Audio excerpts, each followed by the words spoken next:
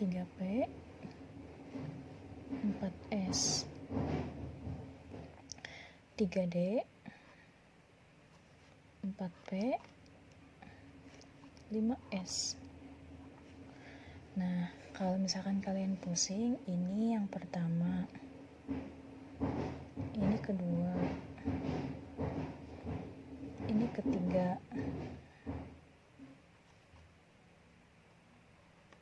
ini keempat, ini keempat, ini kelima,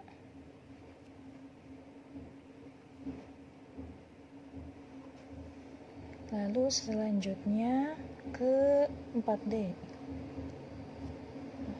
5P 6S. Nah, ini berarti ke 6.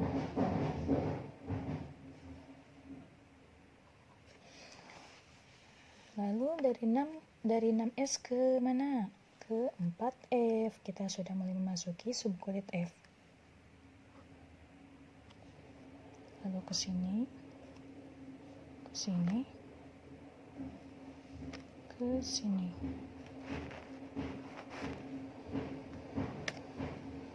Nah, setelah itu sesi terakhir 5F 6D 4P. Nah, berarti ini ke-7,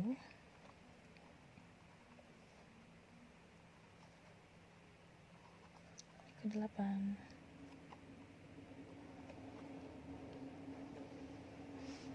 gitu ya.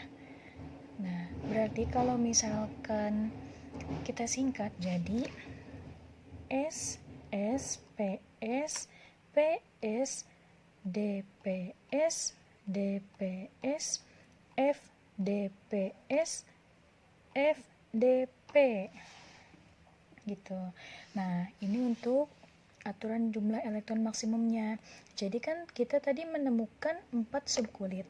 Subkulit pertama ada S, subkulit kedua ada P, subkulit ketiga ada D, dan subkulit keempat ada F.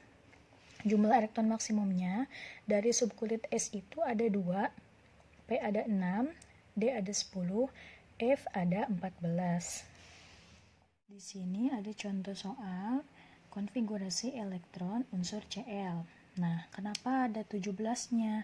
17 di sini itu adalah nomor atom dari Cl. Jadi untuk menentukan konfigurasi elektron, kita harus mengetahui dulu berapa nomor atom unsur yang akan kita cari konfigurasi elektronnya.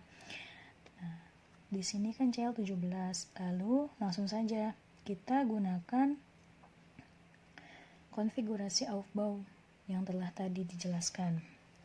Nah, di sini ada yang pertama 1S dulu. 1S jumlah maksimum subkulitnya ada 2. Berarti kita tulis 1S2. 1S2. Lalu selanjutnya ada 2S2. Nah, 2S karena subkulitnya masih sama-sama S, berarti jumlah maksimumnya tetap 2. Jadi tulis 2S2. Untuk selanjutnya 2P6. Kenapa 2P6? Karena tadi setelah dari 2S kita ke 2P. Nah, 2P subkulit P itu jumlah maksimum elektronnya ada 6. Jadi ditulis 2P6. 3S2. Kenapa 3S2? Karena dari 2P langsung ke 3S.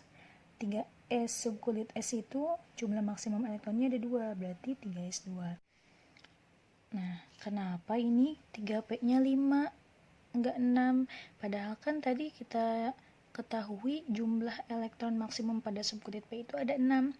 Jadi, kita jumlahkan dulu yang sebelumnya. Dalam subkulit S itu kan ada 2 elektron. Nah, di sini 2 elektron ditambah 2 elektron jadi 4. 4 elektron ditambah elektron dari subkulit P ada 6, jadi 10. 10 ditambah jumlah kulit dari jumlah subkulit S itu ada 2, jadi 12. Sedangkan nomor atom dari Cl itu kan 17. Berarti 17 dikurang 12, sisa 5. Berarti kita hanya menggunakan atau kita hanya memerlukan nilai elektron dari subkulit P yang terakhir itu hanya 5, tidak 6. Karena kalau misalkan 6, berarti nanti kelebihan dong. Enggak 17, tapi 18. Seperti itu. Nah, untuk menentukan golongan dan periode dari Cl ini, yang pertama, kita harus mengetahui dulu kulit terluar yang ditempati elektron. Elektron Cl itu memiliki kulit terluar berapa sih? Kita lihat aja dari bilangan terbesarnya, yaitu 3. Nah, di sini ada 3 kan? 3, 3. Nah, karena kulit terluarnya itu adalah 3, berarti periode dari Cl itu adalah 3.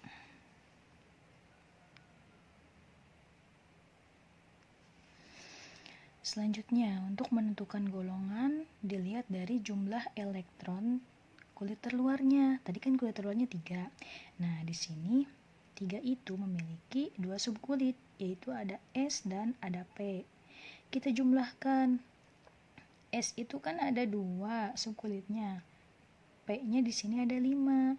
Jadi 2 ditambah 5 sama dengan 7. Jadi dapat disimpulkan Cl itu adalah sebuah unsur dari golongan 7A di periode ketiga dalam tabel periodik unsur. Nah, untuk membuktikannya, mari kita lihat tabel periodik unsurnya. Nah, kita lihat periode itu kan yang ke bawah, dari atas ke bawah. Kalau golongan itu yang dari kiri ke kanan. Kita lihat di sini. Tadi kan telah dibuktikan bahwa Cl itu golongan 7A periode ketiga. Kita lihat 7A. Nah, ini ada 7A, ada F, Cl, Br, I. Lalu selanjutnya kita lihat periodenya. Kita lihat periode ketiga, 3. Oke, kita lihat. Nah, benar. Jadi Cl itu ada di periode ketiga golongan 7A.